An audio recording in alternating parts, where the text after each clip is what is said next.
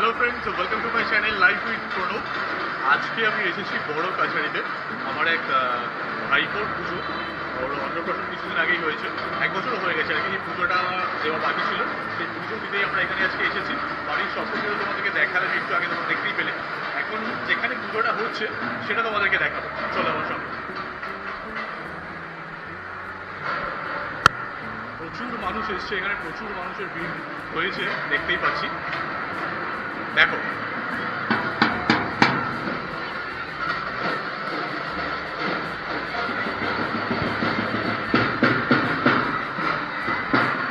দেখতেই পেলে। চলো মন্দিরের সামনে যাব আর তোমাদেরকে দেখানোর চেষ্টা করবো।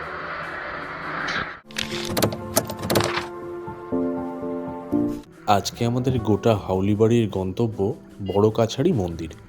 শুধুমাত্র হাউলিবাড়ি বললেই চলবে না, হাউলিবাড়ির আরও যারা আত্মীয় আছে, পাড়া পরিজন কিছু মানুষ আছেন, দুটো বাসে করে আমরা আজকে যাচ্ছি বড় কাছারিতে। এই বড় কাছারি হচ্ছে ওই ডায়মন্ড হারবার রোড দিয়ে গিয়ে একদম সেই মানে কি বলবো, আমতলা টামতলা সব ছাড়িয়ে ওই দিকে একটি শিবের মন্দির। সেখানে একটি মানসিক ছিল আমার দাদার ছেলের, মানে আমার এক ভাইপোর, মানে আমাদের বাড়ির সব থেকে ছোট্ট সদস্য এই মুহূর্তে, যে মানে হাউলি বাড়ি, তার একটি পুজো দেওয়ার ছিল, গোপাল পুজো দেওয়ার ছিল। সেই গোপাল ঠাকুর কোলে নিয়েই আর কি বৌদি বসে আছে। তো সেইখানেই, সেই মন্দিরেই আমরা যাচ্ছি পুজো দিতে। এখানে আমার দিদিরা, মানে বৌদি, বাড়ির সমস্ত ফ্যামিলি মেম্বাররা আছে একটা বাসে। আরও একটি বাসে বাড়ির আরও কিছু ফ্যামিলি মেম্বার এবং পাড়ার প্রতিবেশীজন, মানে সকলে মিলে হই হই করে যাচ্ছি পুজো দিতে আর কি, ঢাক ঢোল বাজিয়ে বাসে করে চড়ে আর কি। আর উজান তো বেশ মজাই করছে, কারণ এর কোলে তার কোলে সবার কোলে ঘুরে ঘুরে বেড়াচ্ছে উজান। আর বাসের মধ্যে আমরা ভীষণ মজা করতে করতে যাচ্ছিলাম সেই দিন বড় কাছারি মন্দিরে। আমার যদিও বা এই প্রথমবার বড় কাছারি মন্দিরে যাওয়া। অনেকেই গেছে এর আগে আমার বাড়ির, তাদের থেকে গল্প শুনেছি। আজকে আমি নিজে প্রথমবার যাচ্ছি। বাসে তো যাওয়ার মানে জার্নিটা অনেকক্ষণে, আমাদের মানে আমতা থেকে ওখানে যেতে প্রায় 3 থেকে 3.5 ঘন্টা সময় লাগে। খিদে তো পেয়ে যাবে প্রত্যেক মানুষই, তাই বাসের মধ্যেই একদম নিরামিষ খাবার দাবারের ব্যবস্থা ছিল। এরকম আলু আর মানে ছোলা দিয়ে এরকম একটা মানে মিক্সচার বানানো, তার সাথে মুড়ি, কাঁচা লঙ্কা, যে যত খাবে খাও আর কি। সঙ্গে ছিল জলের বোতলও। মানে মানে পথে যেতে যেতে যাতে কোনো সমস্যা না হয়, খিদে পেলেও খেয়ে নিতে পারবে, এরকম ব্যবস্থা কিন্তু একদম ছিল। মানে মন্দিরে পৌঁছে সেখানকার ভিউ তো তোমাদের দেখাবই আর কি। তোমরা ভিডিও শুরুতেই দেখতে পেলে, আমি ভয়েস করতে করতে তোমাদের দেখালাম যে মন্দিরের চারপাশটা কত ক্রাউড এসছে। এবার মন্দিরের সামনেও যাব, তখন সেই ভিডিও তোমাদের এই ভিডিওর মধ্যেই দেখাবো। তো এখন যখন ভিডিওটা ভয়েস করছি, তখন সেই দিনকার কথা মনে পড়ে যাচ্ছে। আর এই মুহূর্তে দ্বিতীয় হুগলি সেতুর ওপর দিয়ে আমাদের বাস এগিয়ে চলেছে আমাদের গন্তব্যের দিকে আর কি। এখান থেকেও প্রায় 2 থেকে 2.5 ঘন্টার জার্নি। আর যেহেতু আমার প্রথমবার, সেহেতু মানে একটা এক্সাইটমেন্ট তো মনের মধ্যে চলছেই। এছাড়াও যেহেতু বাড়ির সকলে আছে, গল্প করতে করতে যেতে যেতে কোনো কিছুই কিন্তু মনে হচ্ছিল না সেই দিন আর কি। আর এই বড় কাছারি মন্দিরের অনেক গল্পই শুনেছি অনেকের কাছে। আর সবথেকে ভালো, আমি এই মন্দিরে যেতে পারছি কারণ সেই দিন আমার কোনো লিভ নিতে হয়নি, আমার অফিস ছুটি ছিল আর কি। সেই জন্য প্রচণ্ড এক্সাইটেড লাগছিল। মন্দিরের চত্বরে গিয়ে তোমাদেরকে সবটা দেখাবো, চলো।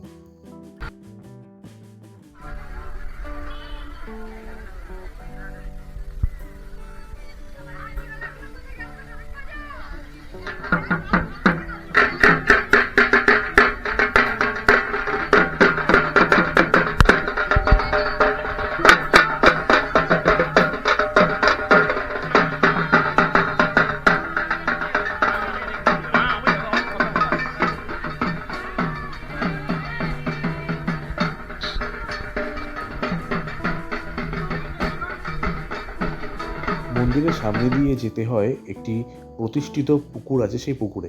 তো এই জায়গাটা, মানে মন্দিরের সামনেটা এত মানুষের ভিড়, আর এই পুরো মন্দিরটা গোল করে মানুষ প্রদক্ষিণ করে। তো সেই জন্য আমাদের যেতে একটু অসুবিধা হচ্ছিল আর কি। যে প্রতিষ্ঠিত পুকুরটি আছে, সেই পুকুরে স্নান করেই মানুষজন এখানে পুজো দেন আর কি। দণ্ডি কেটে মন্দির অবধি যান, তারপর পুজো দেন। তো যেহেতু আজকে আমার ভাইপোর, মানে আমাদের বাড়ির ছোট্ট সদস্যের পুজো দেওয়া আছে, তাই প্রথমেই তাকে এই পুকুরে স্নান করানো হয়েছে। স্নান করানোর পর তারপর মানে আমার মানে বৌদি, দাদা, তারা প্রত্যেকেই দণ্ডি কাটতে কাটতে মন্দির অবধি যাবে, গিয়ে তারপর পুজো দেবে আর কি। এই যে আমাদের বাড়ির ছোট্ট সদস্য, আমাদের গপু সোনাকে স্নান করে একদম রেডি করে দেওয়া হয়েছে, এবং কপালে তিলক টিলক কেটে ও রেডি। তারপর মন্দিরে যাওয়া হবে ওকে কোলে নিয়ে। আর গোপাল ঠাকুরটাও যেটা আছে সেটাও সঙ্গে করে মন্দিরে নিয়ে যাওয়া হবে, সেটা মন্দিরে বসিয়ে দিতে হবে। কথাতেই আছে যে বিশ্বাসে মিলাই বস্তু, তর্কে বহুদূর। এখানে অনেক মানুষ বিভিন্ন রকমের মানে মানসিক নিয়ে আসেন ঠাকুরের কাছে। তারপর তাদের সেই মনস্কামনা পূরণ হলে ঠাকুরকে এসে পুজো দিয়ে যান। যার যেরকম মানে মনস্কামনা থাকে আর কি। কেউ যেটাই চায় তার পরিবর্তে ঠাকুরকে বলেন যে আমি তোমাকে এই দিয়ে পুজো দিয়ে যাব, সেটা দিয়ে পুজো দিয়ে যাব। তো সেই মনস্কামনা পূরণ হওয়ার পর তেনারা সেটাই করেন। যেরকম এখানে দেখতে পাচ্ছ কেউ একদিন মাথায় গোপাল করে নিয়ে যাচ্ছেন।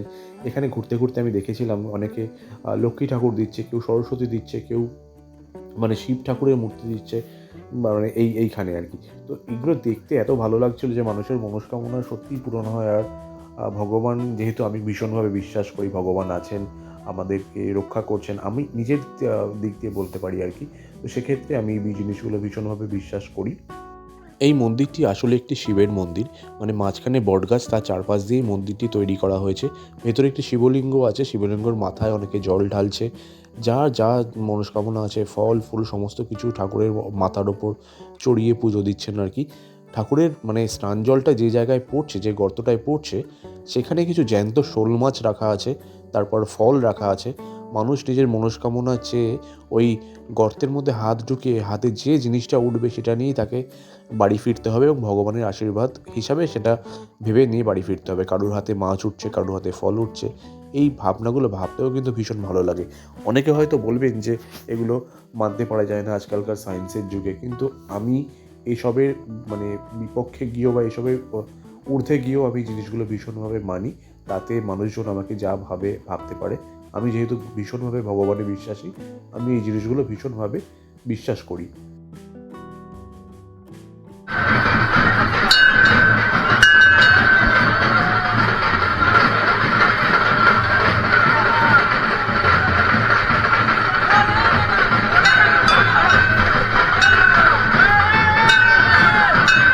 মন্দির চত্বরের আশেপাশে অনেক দোকান আছে। বাচ্চাদের খেলনার দোকান থেকে শুরু করে ঠাকুরের মূর্তির দোকান, এছাড়াও মেয়েদের সাজের দোকান, তারপরে এইরকম মিষ্টির দোকান, যেখান থেকে মানে প্রসাদ কিনে পুজো দেওয়া যেতে পারে আর কি। এই সমস্ত দোকানগুলো একটু ঘুরে ফিরে দেখছিলাম আর কি। তোমরা মন্দিরের মধ্যে লক্ষ্য করেছো হয়তো, মন্দিরের গায়ে অনেক সাদা সাদা কাগজ ঝুলছে। সেই কাগজগুলোর মধ্যে একটাই বিশেষত্ব যেটা আমি জানতে পারলাম, সেটা হচ্ছে যে কাগজের মধ্যে মনস্কামনা লিখে মন্দিরে ঝুলিয়ে দিতে হবে। মনস্কামনা পূরণ হয়ে গেলে মন্দিরে এসে পুজো দিয়ে যে কোনো একটি কাগজ খুলে দিলেই হয়ে যাবে আর কি। তো যাই হোক, সর্বশেষে খাওয়া দাওয়ার ব্যবস্থা ছিল। খাওয়া দাওয়ার মধ্যে ছিল লুচি, আলুর দম, তারপর বোঁদে, রসগোল্লা, যেটা খাবে আর কি। তো সমস্ত রকমের খাওয়া দাওয়ার ব্যবস্থা ছিল এখানে। মানে পুজো দেওয়ার পরে সবাই যাতে অভুক্ত হয়ে বাড়ি না ফেরে বাড়ির লোকজন, সেই ব্যবস্থাও কিন্তু করা হয়েছিল। খাওয়া দাওয়া শেষে সকলেই আবার বাসে করে উঠে বাড়ি ফিরে চলে এসেছিলাম আর কি। যাই হোক, তোমরা ভিডিওটা শেষ অবধি দেখো। কিছু এক্সট্রা শর্টস আমি অ্যাড করেছি ভিডিও শেষে, আশা করি তোমাদের সেগুলো ভালো লাগবে। ভালো লাগলে চ্যানেলটি অবশ্যই সাবস্ক্রাইব করো, লাইক কমেন্ট শেয়ার করতে ভুলো না। দেখা হচ্ছে পরের ভিডিওতে। ততক্ষণের জন্য সকলে খুব ভালো থেকো, নিজের আশেপাশের মানুষগুলোকে ভালো রেখো। চলো, টাটা।